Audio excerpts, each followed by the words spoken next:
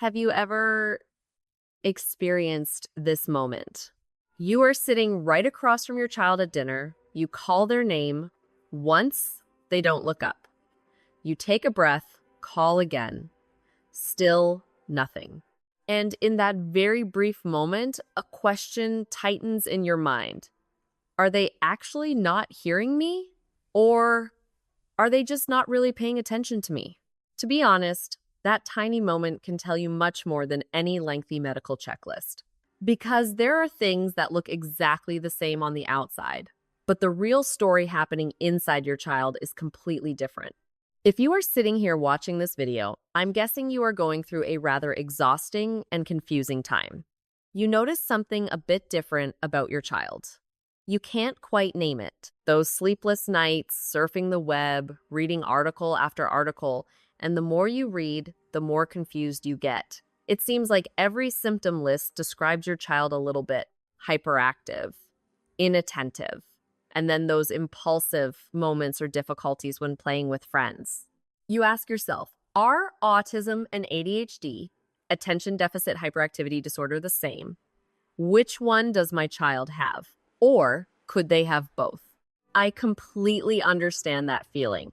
Everything is just a mess. There isn't a single mold that perfectly fits your baby. But parents, that confusion is not your fault. It is truly a sign that you are observing your child extremely closely and love them very much. There is a massive overlap between autism and ADHD, which easily makes us confused. In today's video, we will sit down together, slow down a bit to untangle this issue. I will share with you the 10 most subtle differences between autism and ADHD in children. And before we dive deeper, if you find that this space brings you understanding and useful knowledge on your parenting journey, please take a second to hit the subscribe button below. Your companionship is a huge motivation for me to continue making heartfelt videos like this. Now, are you ready? Let's get started. Tanbai. Parents, before we dive deep into each point, I want to emphasize this.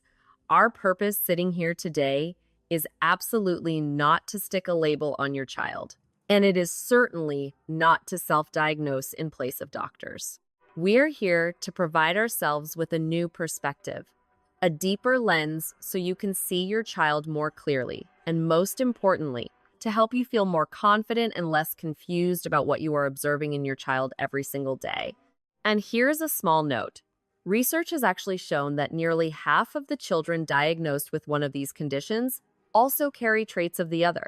So if while listening to me share, you find yourself constantly nodding, oh, my child is like this sometimes and like that other times, sometimes craving routine, and other times getting extremely bored by that very routine, just trust your intuition as a parent. It is possible your child carries traits of both, and that is okay. We will unpack this bit by bit together. Are you ready? Let's get started. These first differences I am about to talk about will reveal something incredibly fundamental. It is how your child understands and experiences connection with the world and the people around them. Difference. Eye contact. Is it discomfort or distraction? Think back to that moment at the beginning of the video I just mentioned. You call your child's name from across the room. The first time, they don't look up. You call again, your heart rate might increase a bit out of frustration, but still no response. From the outside, this looks exactly the same, whether your child has autism or ADHD. They are both ignoring you. But what is the truth inside that little head? For many autistic children, making eye contact isn't simply something they don't like doing or don't know how to do. It is something that can make them feel genuinely physically uncomfortable, even overwhelmed. You see, processing the complex expressions on your face while simultaneously processing the words coming out of your mouth, that is a massive cognitive burden for them. Often, they look away not because they are afraid of you, nor because they are being defiant, but because they are trying their absolute best to listen to you. They are forced to proactively turn down the visual channel so their brain has enough space to process the audio channel. That is absolutely not disobedience, parents. That is their intense concentration. Conversely, with children who have ADHD, many desperately want that eye contact connection with you. But the catch is, their attention just got hijacked by something else flying by. Or sometimes their eyes dart away not because looking at you feels threatening, but because looking away actually helps their brain think better. They are trying to reduce visual input to process your words faster. Both involve not looking into mom's eyes, but one is a massive cognitive burden, and the other is a brain being distracted while trying to process. So, next time when your child doesn't look at you, instead of rushing to scold, "Why aren't you looking at me when I call you?" Try silently asking yourself just one question. Is this because my child is overwhelmed or because they are distracted? Just that one question will completely change how you approach them. Difference #2. Repetitive behaviors, comfort versus stimulation. Imagine an anchor on a ship in the middle of a stormy sea. What does that anchor do? It cannot stop the fierce waves. It doesn't calm the sea, but it keeps the ship standing firm in one place so it doesn't get swept away. And you know what? For many autistic children, repetitive behaviors are their vital anchor. When the world around them becomes too loud, too bright, too unpredictable, and too overwhelming, they will start rocking back and forth, muttering a phrase over and over, or sitting and lining up dozens of toy cars in a perfectly straight line. Don't rush in to intervene or forbid them, because that is not a symptom of misbehavior you need to fix. It is a survival tool. It is how they are self-regulating their nervous system. It is a purposeful effort to stay balanced.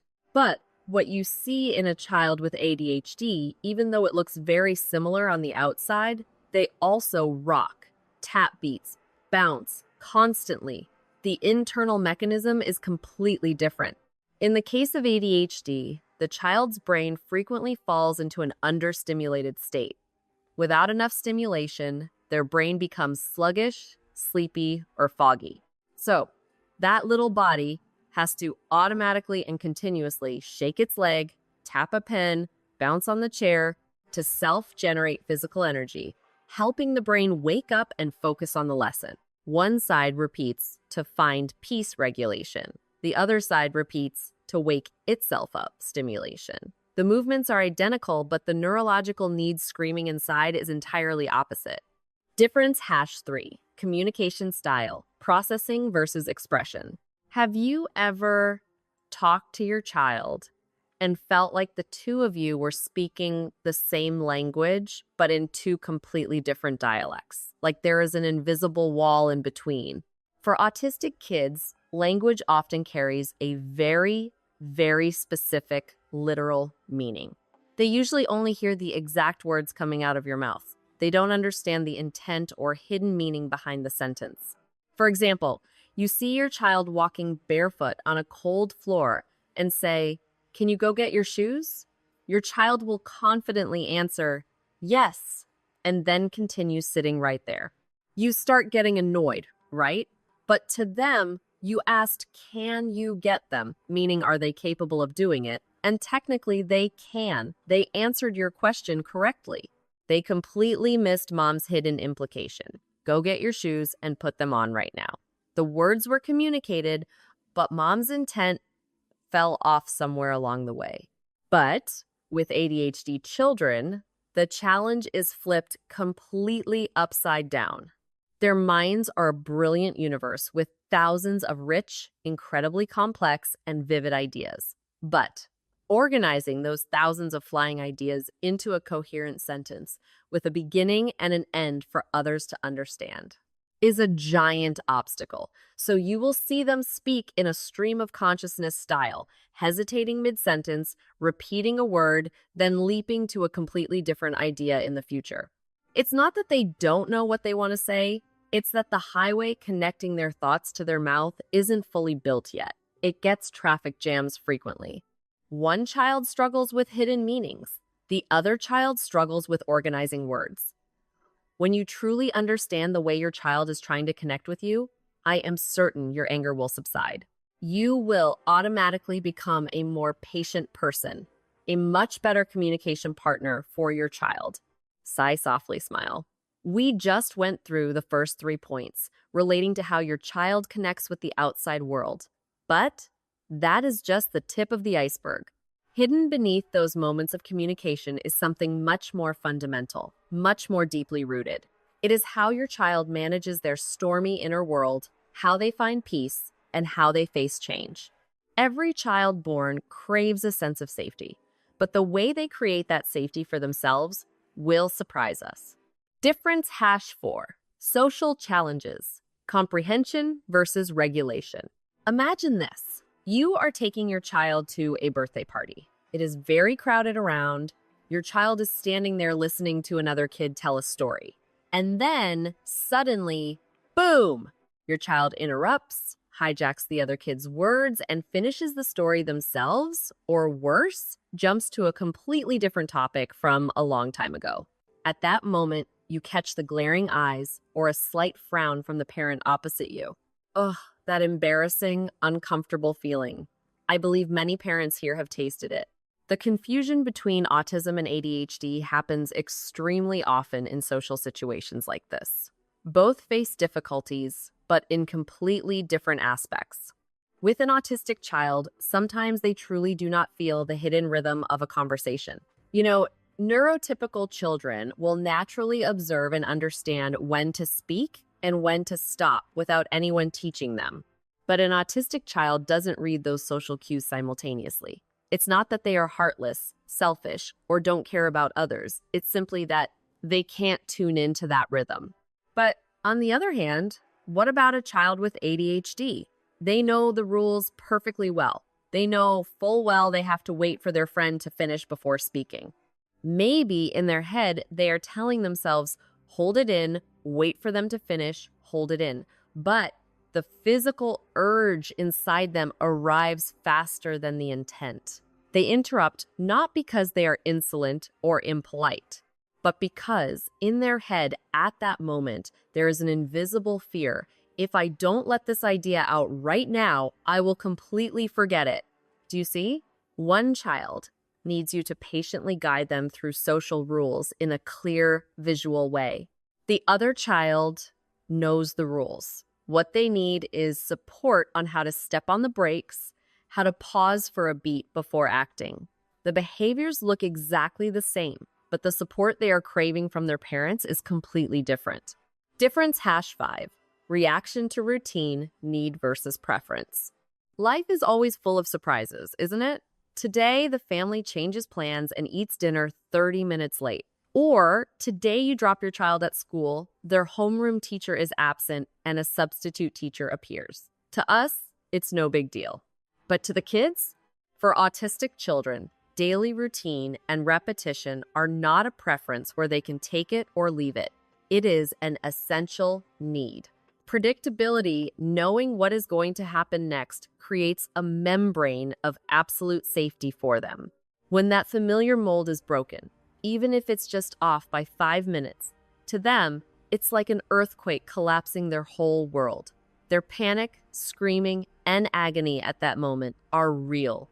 That agony stems from sheer terror, not at all because they are acting or throwing a tantrum to get mom's attention. What about kids with ADHD? Children with ADHD actually really need and greatly benefit from a structure, a clear schedule.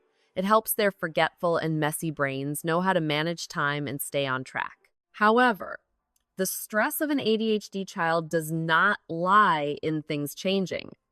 Their stress lies in things repeating exactly the same way. A brain that is always starved for novelty will feel imprisoned, suffocated, and frustratingly driven crazy if every day they have to do the exact same thing in the exact same time frame in the exact same way.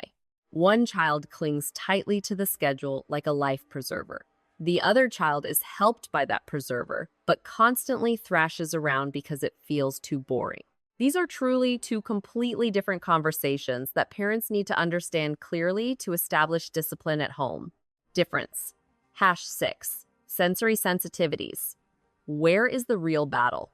Close your eyes with me for a few seconds and imagine you are in a room. The background noise seems a bit louder than usual. The clothing tag on the back of your neck is rubbing against your skin, feeling a bit itchy. And on the ceiling, there is a fluorescent light bulb making a buzzing sound, almost impossible to hear. For us adults, yeah, it's a bit annoying, but we can ignore it and keep working. But now, imagine that for your child, those slightly annoying things are magnified 100 times. It becomes unbearable. For the vast majority of autistic children, sensory sensitivity is not an optional add-on feature. It is the factor that shapes their entire daily life. The way their nervous system experiences sound, light, food textures, or smells is profoundly different on a physical level. That clothing tag rubbing against their skin isn't just itchy. It causes pain like being pricked by needles. The buzzing of the light bulb can be as deafening as a siren. And this exact thing dictates what clothes they can wear, which supermarkets they can go to, what foods they will tolerate eating, and how long they can endure being in an unfamiliar place before completely melting down. As for children with ADHD, the sensory struggle is usually not due to physical pain. It is the brain's inability to filter information. Our brains have an automatic filtering system that helps us tune out background noise to focus on the voice of the person in front of us. But for an ADHD child's brain, this filter is broken.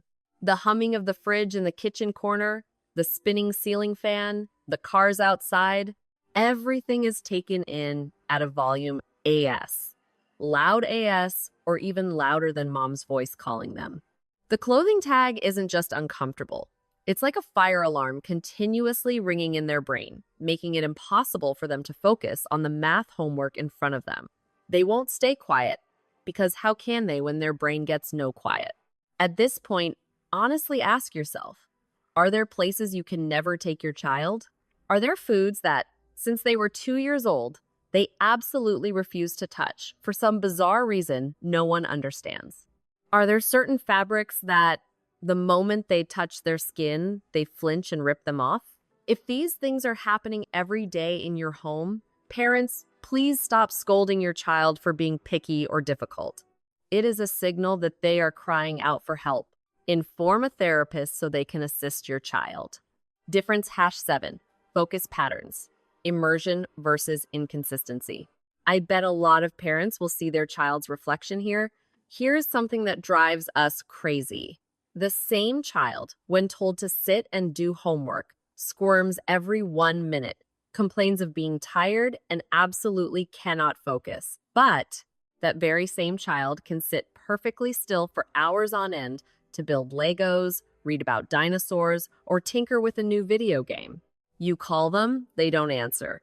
You shake them, they don't notice. Why is there such a bizarre contradiction? For autistic children, this intense and enduring focus usually stems from what are called special interests. Once they are passionate about a certain field, like the solar system, types of trains, or traffic signs, their entire brain is sucked right into it, and the surrounding world truly melts away. This focus requires zero effort from them. It is a completely natural and soothing state of immersion. For ADHD children, this type of focus is almost the exact opposite, even though it looks identical on the outside. Scientists call this state in ADHD children hyperfocus. Under ideal environmental conditions and when encountering exactly what they are extremely interested in, they can focus so fiercely they forget to eat or sleep. However, this hyperfocus relies 100% on the level of interest and novelty. It is not a sustainable, lifelong immersion like in autistic kids. An ADHD child might be wildly passionate about painting for exactly 2 weeks. Then suddenly, when the novelty wears off and the dopamine runs dry, they ruthlessly abandon the paint box and switch their passion to rollerblading. When you, as a parent, understand this difference, you will no longer look at your child through the judgmental lens of a lazy, stubborn child or unfocused. You will see 2 children possessing 2 completely differently wired attention control systems. And you will know how to tap into the right vein of your child's interest. Difference has height. Emotional reactivity, overload versus regulation.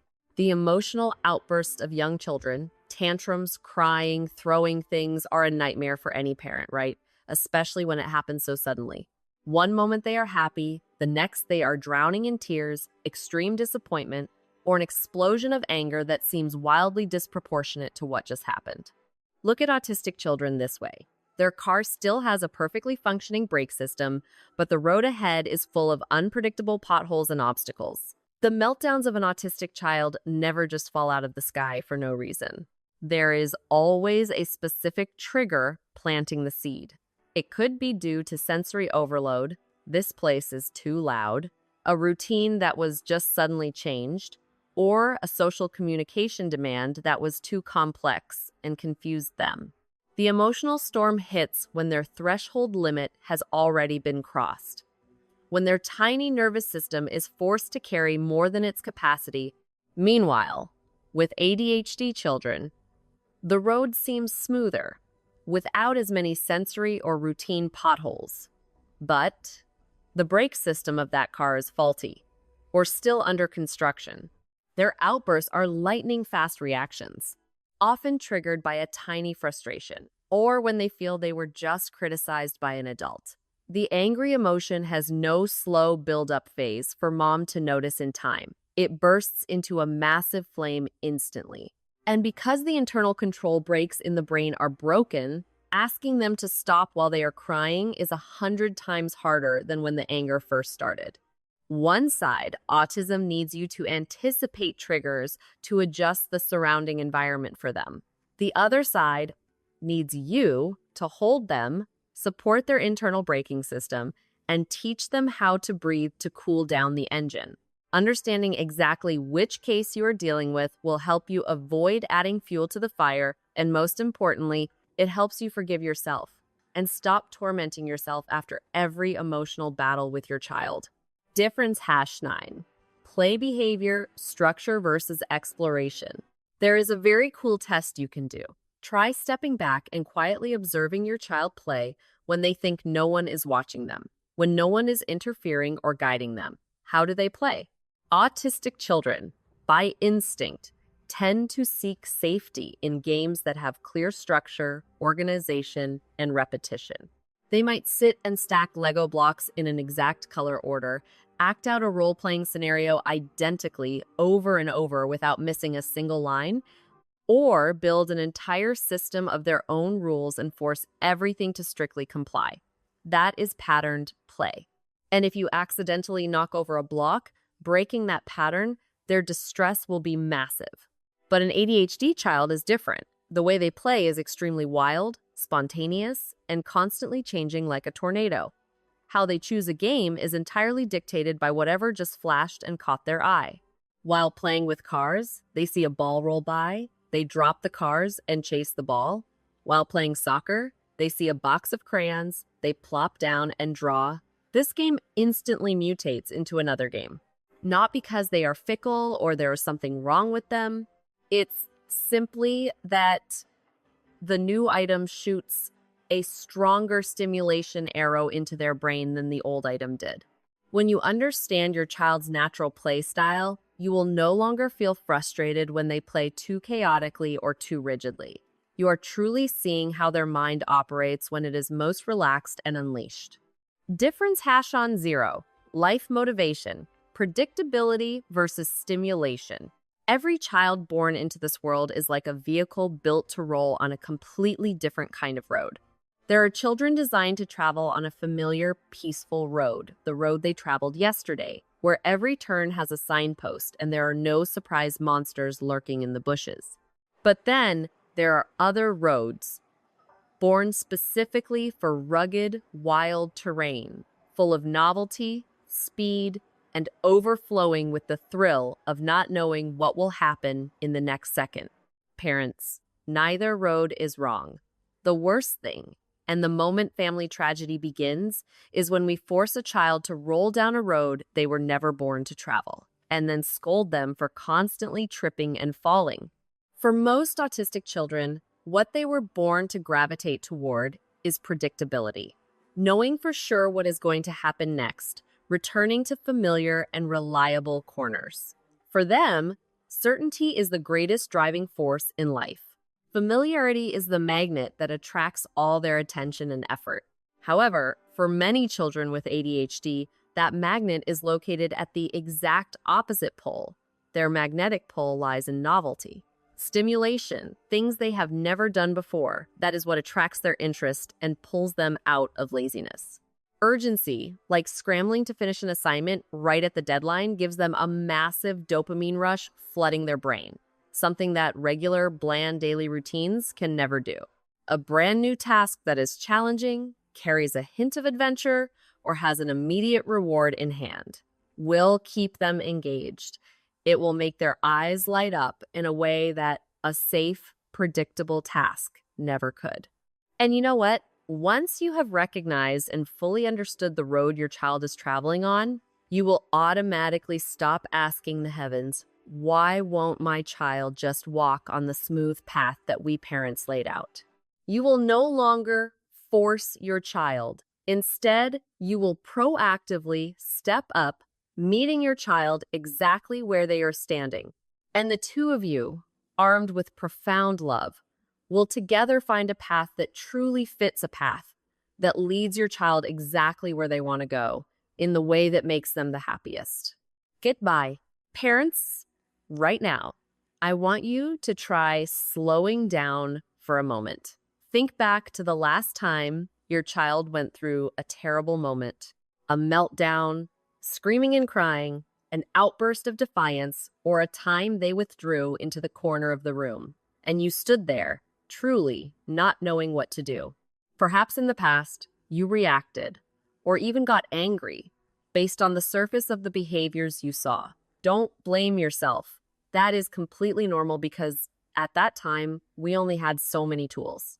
But now, after what we have just shared, you have something else in your hands. You know how to pause for a beat and ask yourself, what is this really? What is behind these tears? What kind of help does my child need from me right now? You know, just having that tiny question echoing in your head will automatically soften your voice. It completely changes how your child perceives their safety when they are with you. And a child sometimes just needs to feel truly understood exactly once, and they will remember that forever. We do this not because we are lowering our expectations or spoiling them, but because we genuinely understand the storms our child is going through. Try choosing curiosity instead of hasty judgment. Choose observation instead of making assumptions. And choose support instead of comparison. To be completely honest, your child does not need a perfect parent who has all the answers ready. They just need you to keep trying to understand them. And the fact that you are sitting here, listening until this very minute, proves that you are already doing that incredibly well. If these heartfelt words have been helpful to you, please take exactly 1 second to hit the subscribe button so we can see each other again. And sometimes, the clearest answers hide in the smallest things. The homework that takes forever to finish, the wandering eyes, or your child's fluctuating energy levels. If you want to know what those tiny moments are actually trying to reveal, click right on the next video appearing on the screen. I will show you exactly what to look for. Thank you, parents, for being here with me. See you all in the video right over here.